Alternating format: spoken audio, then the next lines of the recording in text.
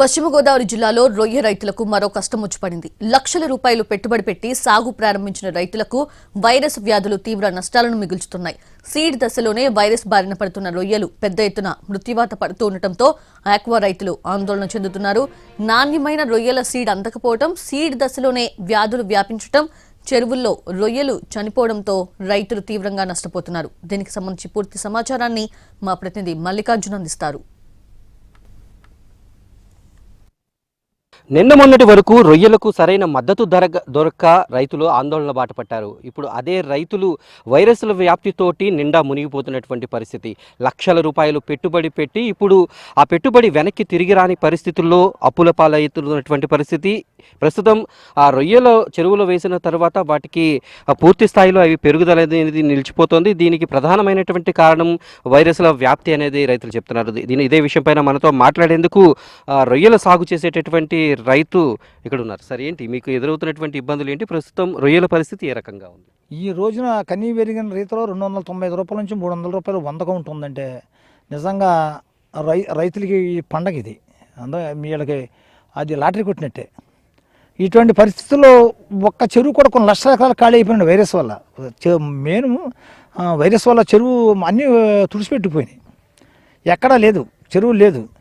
మా వంట చెరువు అండి. ఇక్కడది కావుపాడు గ్రామం, ఉంటూరు మండలం చెరువు. మాకు 10 ఎకరాలు ఇది వంట చెరువు. ఇది మాకు వైరస్ బాధ లేదు.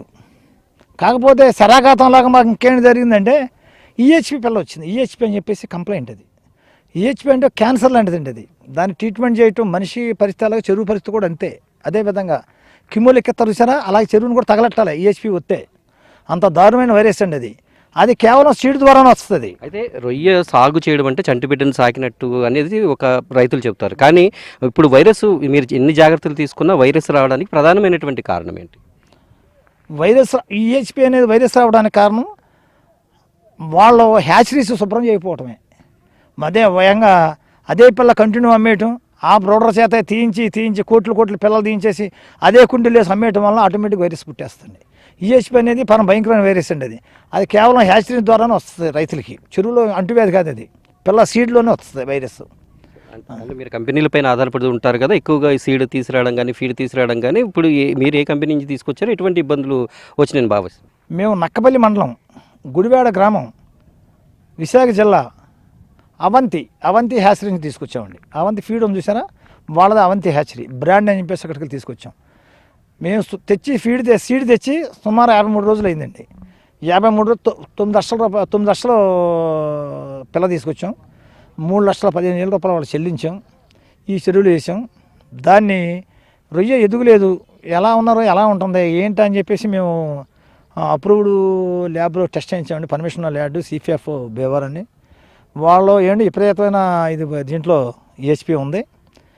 ఇంక ఇవి మీకు ఎదగదండి. ఇంకా దీన్ని ఒలి చేసుకోండి, పట్టి అంత పట్టేసుకోండి. ముందుకెళ్తే బాగా నష్టపోతారు, ఇప్పటికే ఎక్కువ నష్టపోయారు మీరు అని చెప్పేసి ల్యాబ్ బోర్డు సలహా మేరకు ఇంకా మేము పట్టేయడం జరిగిందండి. వైరస్ అనేది వస్తే ఒక వైరస్ వస్తుందండి. వైరస్ వస్తే చెరువులో ఆ పిల్ల తీసేస్తారండి. ఓ 15 రోజులు మళ్ళీ పిల్ల వేసేయచ్చు. మామూలు వైరస్ వస్తే గాలిలో 1 by 1 వైరస్ వచ్చేస్తారు. టుంగులు అవి చూసి మనకు వచ్చింది చూసారు. మనకి అటువంటి వైరస్లు వస్తే చెరువు మళ్ళీ 10-15 రోజులు మళ్ళీ చెరువు రెడీ చేసి పిల్ల వేస్తారు మందులు కొట్టి. ఈ ఈహెచ్పి వైరస్ వచ్చిందనుకోండి, సుమారు 7 నెలల నుంచి 8 నెలలు పడుతుంది మళ్ళీ పిల్ల వేయడానికి. ఈ 7 నెలలు 8 నెలలు అసలు రైతు ఏం చేస్తారండి? చెరువు కట్టిన వీళ్ళు జీతాలు ఇవ్వాలా, కరెంటు బిల్లు ఎంతకొంత కట్టాలా, ఏంటి అద్దెలు కట్టాలా, చెరువు ఎంత వచ్చిన రెంట్ తీసుకుంటాడా? ఇవన్నీ ఎక్కడ నుంచి చేస్తారండి రైతు? 9 లక్షల వరకు పిల్లలు తెచ్చారంటున్నారు. అంటే మొత్తం ఎంత పెట్టుబడి అయింది? కంపెనీ ప్రతినిధులు మీరు సంప్రదించారా? ఏం చెప్పారు? వాళ్ళ చేయం కొట్టినట్టు లేదండి. అవంతి మా చెరువు టెక్నీషియన్, అవంతి టెక్నీషియన్. మేము కొనేది, మినరల్ కొనేది, ఫీడ్ కొనేది అవంతియే, మొత్తం అవంతియే. వాళ్ళ బిల్లు ఎన్ని బస్తాలు కొన్నామే? 450 బస్తా కొన్నాం మనం. 450 బస్తా కొన్నామండి. 10 లక్షల రూపాయల పైన ఖరీదండి. అది అన్ని బిల్లుతో సహా ఉందండి. ఇది కోర్టులో కూడా మేము సబ్మిట్ చేసాండి. కోర్టులో కూడా వీళ్ళు తెచ్చిన పిల్ల బిల్లు, మేము టెస్ట్ చేయించిన పిల్ల బిల్లు. ఇంతకుముందు ఈ చెరువులో 50 కౌంట్ పెట్టామండి. ఆ చెరువులో 35 కౌంట్ పెట్టామండి. ఇంత లాస్ట్ పట్టి మేము 20 రోజులు అవుతుంది అంతే, నెల లోపే. అప్పుడు మొన్న పట్టాం. ఇప్పుడు 190 కౌంట్ పెట్టాం. 190 ఇప్పుడు అతను బేరం ఇచ్చాం. 190 కౌంట్ ఉంది. 190 కౌంట్కి ఏం వేస్తారండి? మొత్తం మొన్న 3 రోజులు పడితే 5 టన్నులు వచ్చిందండి. 5 టన్నులకి 7 లక్షల చిల్లర అంత వచ్చింది.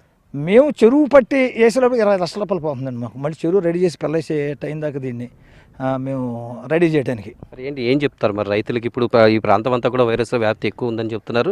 రైతులకి ఎటువంటి సలహా ఇస్తారు ఇప్పుడు ప్రస్తుతం ఉన్న మీరు నష్టపోయినటువంటి పరిస్థితులు? రైతులు ఇది ఎంతో కొంత కలిసి రావాలండి. సాటి రైతుకి ఉద్యమించబోయినా పర్లేదు, వాడి బాధను వ్యక్తం చేయమని నేను కోరుకుంటున్నానండి. ఈ రోజు నా బాధ తగిలింది, పలానా అవంతి సీడ్ తెచ్చుకున్నాను నేను, అవంతి హ్యాచరీ వలన నేను ఎప్పుడైతే నష్టపోయాను. మళ్ళీ పిల్లయ్యడానికి 6 నెలలు 7 నెలలు సమయం పడుతుంది. చెరువు ఖాళీ పెట్టారు, వాళ్ళకి ఖాళీగా జీతాలు ఇవ్వాలి, డబ్బుతో పాటు నాకు సమయం కూడా పోయింది పూర్తిగాను. నేను ఖాళీ అయిపోయాను. మరి ఏం పక్షేలో పనులకు వెళ్ళాలా నేను, లేదా పక్షేరులో పనులకు వెళ్ళాలా 7 నెలలు 8 నెలలు. కాబట్టి ఇటువంటి హ్యాచరీని ప్రభుత్వం కూడా ఖచ్చితంగా దీన్ని సీజ్ చేయవలసిందని చెప్పి నేను మనస్ఫూర్తిగా కోరుకుంటున్నాను. ఇంకో విషయం చెప్పినా, ఏ బాధ వచ్చినా ప్రతి రైతు స్పందించాలని కోరుకుంటున్నాను నేను. ఆ స్పందించే విధంగా ప్లాట్ఫామ్ రైతు ఏర్పాటు చేసుకోవాలని చెప్పేసి కోరుకుంటున్నాను. ఎందుకంటే ఇప్పుడు రైతులందరూ కూడా ఇండివిజువల్గా ఎవరు ఉంటారు కదండి, ఏదో పార్టీలో జాయిన్ అవుతారు కదా. కాంగ్రెస్ అని కొంతమంది, టీడీపీ కొంతమంది, జనసేన కొంతమంది, వైసీపీ కొంతమంది, తల పార్టీలు ఉంటారు. కాబట్టి అందరూ ఇప్పుడు అలా పార్టీలు ఎలా ఊహించుకుని ఎలా పార్టీల ఆధారంగా ఎలా ఉంటున్నారో మనుషులు, అదేవిధంగా రైతులందరూ కూడా కలిసి ఓ ప్లాట్ఫామ్ ఏర్పాటు చేసుకోమని నేను కోరుకున్నాను. ఈ పార్టీకి చేరపడుతున్నారు కదా, అదేదో ప్లాట్ఫామ్ రైతులందరూ ప్లాట్ఫామ్ ఏర్పాటు చేసుకోండి. మండలానికి ఒక ప్లాట్ఫామ్ కావాలి. అక్కడికి వెళ్తే నీకు వచ్చే బాధ అంతా ప్లాట్ఫామ్ చెప్పుకునే అవకాశం ఉంటుంది. నీ బాధ చెప్పుకుంటా. ఈ రోజున మేము మాకు నష్టపోయింది ఎవరు చెప్పాలో తెలీదు. ఏమంటే నేను ఎంతో కొద్ది గొప్ప రాజకీయంలో ఉన్నాను కాబట్టి నేను నా బాధ వచ్చి నేను స్పందించాను. మరి అలా రాజకీయం లేనివాడు ఉంటాడు, సపోర్ట్ లేని ఉంటాడు, అతను ఎలా తెలుస్తుంది? తెలిసే విధంగా నేను చెప్తున్నాను. మనందరం కూడా ప్లాట్ఫామ్ ఏర్పాటు చేసుకొని నేను మనస్ఫూర్తిగా కోరుకుంటున్నాను. ఆ విధంగా మీరు కూడా ముందుకు వెళ్ళాలని చెప్పేసి, అందరూ కలిసి రావాలని చెప్పేసి కోరుకుంటున్నాను. ఇది రొయ్యల రైతులు చెప్తున్నటువంటి పరిస్థితి. ప్రస్తుతం కంపెనీలు మోసం చేస్తున్నాయి, అవి నాణ్యమైనటువంటి సీడ్ ఇవ్వకపోవడంతో రైతులు క్షేత్రస్థాయిలో లక్షల రూపాయలు, దాదాపు 50 లక్షల వరకు కూడా పెట్టుబడి పెట్టినా రూపాయి తిరిగి రానటువంటి పరిస్థితుల్లో తాము తీవ్రంగా నష్టపోతున్నాం. రైతుకి కష్టం వస్తే చెప్పుకోవడానికి దిక్కు లేకుండా పోవడంతో కంపెనీలు మోసం చేస్తున్నాయి, ఫీడ్ ధరలు విపరీతంగా పెంచుతున్నాయి, నాణ్యమైనటువంటి సీడ్ కాకుండా వైరస్లు వ్యాప్తి ఉన్నటువంటి సీడ్ ఇస్తున్నాయి. ఈ నేపథ్యంలో రైతులంతా ఏకమయ్యి తమ బాధలు వినిపించేందుకు సిద్ధం కావాలంటూ కూడా రొయ్య రైతులు డిమాండ్ చేస్తున్నారు. పరిస్థితి. ఈ సమస్యలన్నింటినీ కూడా ప్రభుత్వం